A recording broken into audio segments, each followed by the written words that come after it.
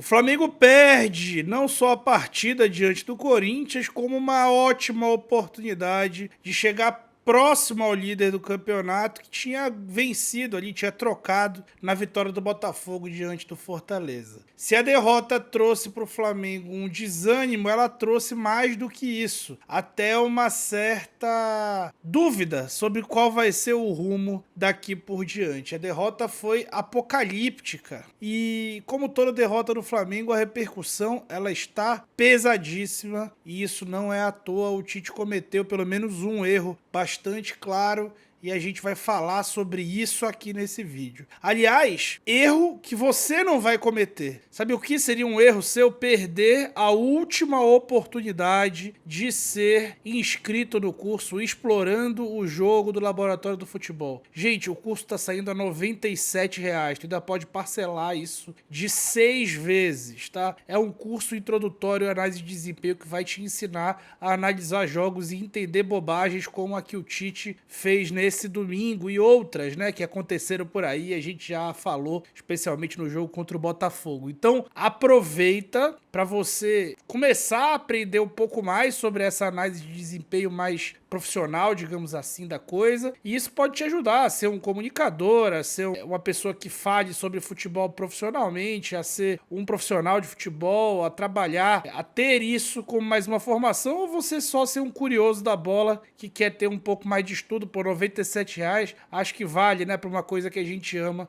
como é o futebol. Então aproveita, porque essa semana vai acabar, eu prometo para vocês que vai acabar. Então aproveita, clica no link na descrição do vídeo, no comentário fixado e vem ser aluno do Laboratório do Futebol no curso Explorando o Jogo. Gente, aqui a gente vai fazer o de sempre, né? Falar sobre tática, sem tatiquez.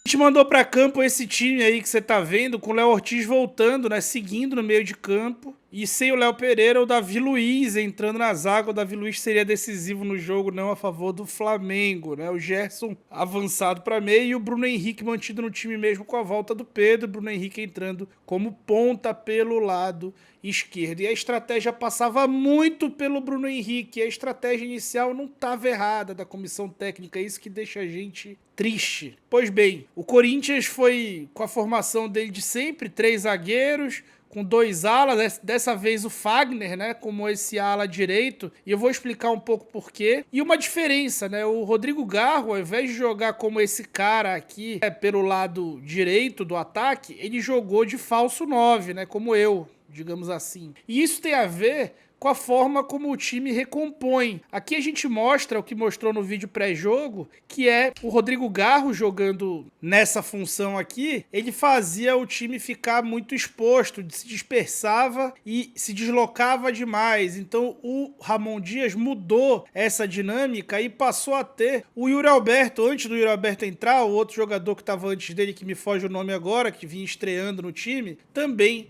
estava executando essa função. Então esse jogador aqui, que era o de maior deslocamento por ser atacante, ele também tinha o papel de recompor pelo lado direito. Assim como o Fagner, dos 2 alas, era o que mais precisava atacar. E não foi o Mateuzinho, foi o Fagner, justamente porque esse lado do Corinthians era o lado mais exposto. E como o lado mais exposto, o Tite aproveitou para colocar nas costas do Fagner o Bruno Henrique, o que era uma ótima ideia. A gente falou sobre isso no vídeo pré-jogo, né, que o jogo passaria por ali. Por quê? Porque quem precisaria marcar o ponta do Flamengo possivelmente teria que ser o Félix Torres, e foi exatamente isso que aconteceu, e o Flamengo quase abriu o placar aos 15 minutos. Na primeira vez que a bola conseguiu chegar rápido até essa lateral do bloco. A lateral do bloco do Corinthians ficava muito exposta, especialmente desse lado, e a bola lançada pelo Davi Luiz, ali sim fazendo uma jogada positiva de ataque ao Bruno Henrique, fez com que o Bruno Henrique conseguisse, dominando, já driblar o Félix Torres e finalizar, não finalizou tão bem para a defesa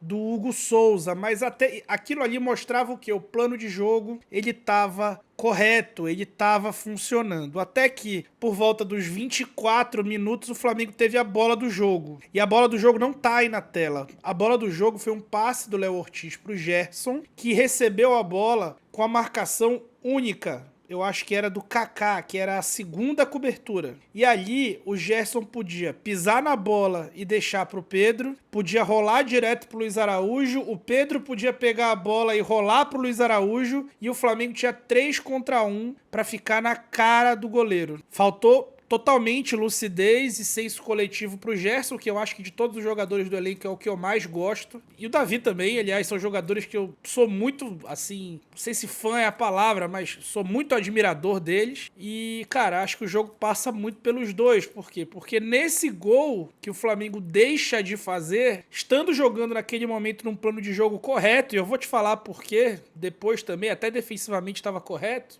o Flamengo, além de não fazer o gol, na jogada seguinte, a bola chega assim pro Davi Luiz dominar, ele já tá olhando pra frente, já tá olhando pro Luiz Araújo pra ver pra quem ele vai dar o toque. Aí ele deixa a bola escapulir. Depois, o zagueiro quando erra, ele precisa se matar pra corrigir o erro, mas o Davi Luiz errou e ainda depois deixou o Rodrigo, o Yuri Alberto cruzar. Então, assim, inadmissível o erro do Davi nesse lance. Totalmente responsável pelo gol do Corinthians, que abria o placar, depois o Flamengo viria a empatar e o negócio estaria zerado, né? Estaria zerado. Defensivamente, o Flamengo tinha um encaixe favorável. Ofensivamente, já tinha te mostrado que tinha um encaixe favorável, né? E na lateral do bloco do Corinthians. E defensivamente, o encaixe também era favorável para o Flamengo pressionar o Corinthians alto. Por quê? Porque o Flamengo normalmente marca alto zonal. Quando o time sai com 4 jogadores, o Flamengo marca num 4-1-3-2. Zonal ali, com 2 atacantes. Então seria o Gerson e o Pedro. Como o Corinthians tinha menos gente, fazia a saída de 3+2, 3+1, ele subia os 3. Então subia o Pedro, o Gerson e o Luiz Araújo. O Bruno Henrique ficava mais preocupado com o Fagner. E aí, quando o Corinthians precisava sair por dentro, usando o Martínez, por exemplo, o que acontecia? Um dos volantes saltava a pressão nele e encurtava, obrigando o Corinthians a muitas vezes dar bolas longas. Então, no primeiro tempo, o Flamengo teve acho que 57% de posse de bola e o Corinthians não conseguia sair com essa bola com qualidade. As chances que o Corinthians criou, acho que nem criou fora aquele gol, o volume que teve foi no abafa, foi cruzando de um lateral pro outro, foi bola parada, foi abafa, não teve construção de jogada. O Corinthians teve ali concentração, foco, desceu a porrada o jogo todo, mas não teve ali um mérito ofensivo. O Flamengo conseguia marcar bem o Corinthians na primeira etapa. Uma prova de que estava encaixadinho foi aos 20 minutos, quando o Flamengo, com o Varela, né, saltando ali pressão no Matheus Bidu, conseguiu interceptar uma bola mais longa da saída de bola do Corinthians e em seguida o Luiz Araújo finalizou, né? Finalizou de fora da área, podia até ter tocado pro Gerson. O Flamengo, com um pouco mais de lucidez, teria feito mais gols na partida, especialmente no primeiro tempo. No primeiro tempo, o Flamengo tinha organização ali na tática, digamos assim. Ele tinha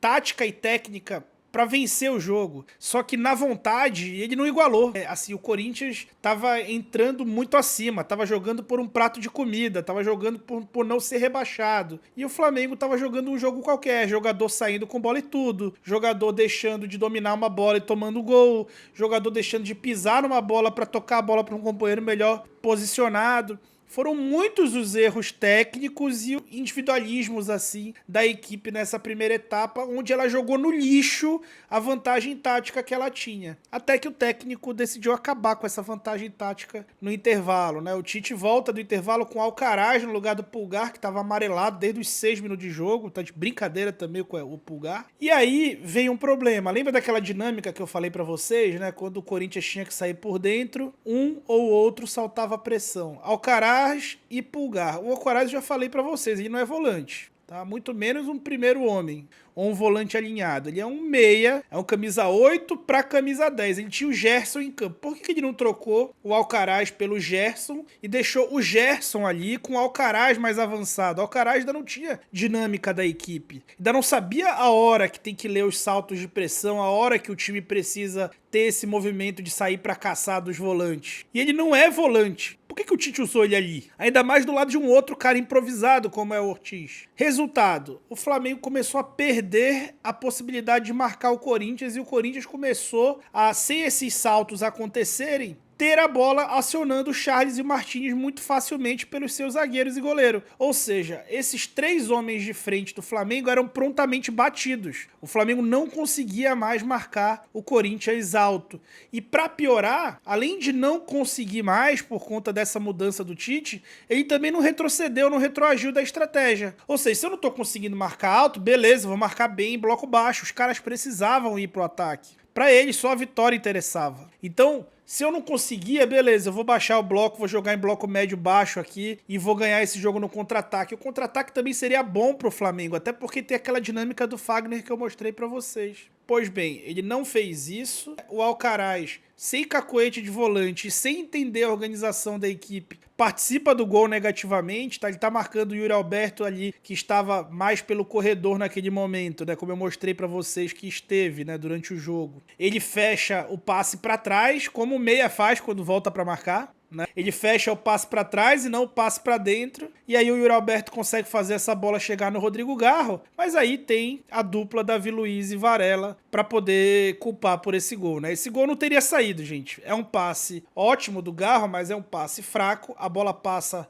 rente ao pé ali do Davi Luiz, tá? E o Varela, ele tava com o Angel Romero. Ele tem a obrigação de fazer essa cobertura curta. Por que ele não fez a cobertura curta? Porque ele confiou no Davi. Ele confiou que o Davi faria o corte. Só que o Davi estava lesionado e tinha pedido substituição, acho que minutos antes ou 1 minuto antes. Cara, se tu é um zagueiro experiente de quase 40 anos e tu tá machucado, pô, bicho, se joga no gramado, cara. Se joga no gramado, para o jogo. Tu não pode colocar o time numa desvantagem tão grande de tu estares ali nesse teu, fazendo número como um dos jogadores de defesa, que tem a chave da porta do gol, e tá ali exposto a não esticar a perna pra uma bola. Então, assim, erra o Davi por tudo isso e erra o Varela, porque você não pode confiar. Você não pode confiar. Você precisa fazer o seu trabalho bem feito. Não é porque a meteorologia deu que é 100% de certeza que vai chover hoje que a pessoa que trabalha, dependendo que não chova, vai dormir até meio-dia. Não, ela vai acordar 8 horas da manhã e ela vai olhar e realmente vai chover, então eu posso voltar a dormir. Então, assim, falha generalizada da defesa, oriunda de uma falha do técnico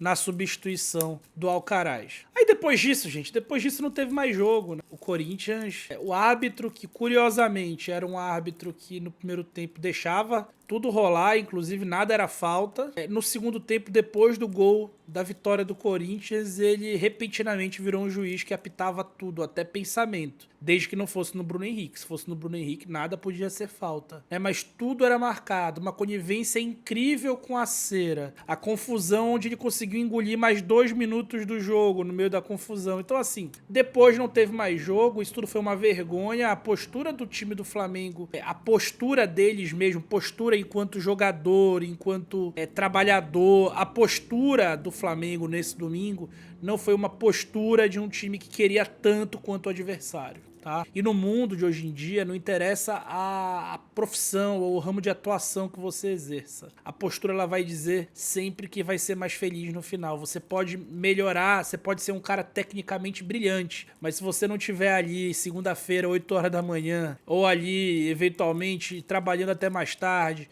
entregando aquela coisa que você sabe que precisa ser entregue, outro vai chegar e vai entregar no seu lugar, outro que não tem nem a mesma qualidade que você. E o Flamengo deixou de fazer isso nesse jogo, não só no primeiro tempo, mas especialmente no primeiro tempo. E depois no segundo tempo, acho que a comissão técnica ficou ali passiva, vendo todo aquele absurdo, cheio de gratidão ao Corinthians. Então nem muita reclamação com a arbitragem teve no segundo tempo, com as ceras, não teve nada. Foi tudo ali muito... foi tudo muito dentro de um cavalheirismo muito grande, e nesse cavalheirismo foram embora 3 pontos, e agora o Flamengo já tá 3 pontos atrás do Palmeiras, que deve ser o campeão brasileiro, por conta de toda a dedicação que os caras conseguem estar, mesmo ter sido eliminado de 2 competições. Agora os caras estão dedicados 100% a isso, o Estevão tá bem. De novo apareceu o novo Endrick pra eles lá, né, que o Endrick decidiu ano passado. E assim, tem uma blindagem grande, interna, externa, os caras são eliminados, quando são cair de pé, e no jogo seguinte já estão ali pra ganhar de novo. Então a mentalidade que falta ao Flamengo sobra ao Palmeiras mesmo em temporadas em que ele tá inclusive pior, ele deve terminar o fim ali com pelo menos uma taça. Agora o Flamengo vai claramente se dedicar às Copas e no futuro a gente vai falar um pouco sobre isso em algum vídeo específico sobre calendário, tá bom? Aproveite e coloque no seu calendário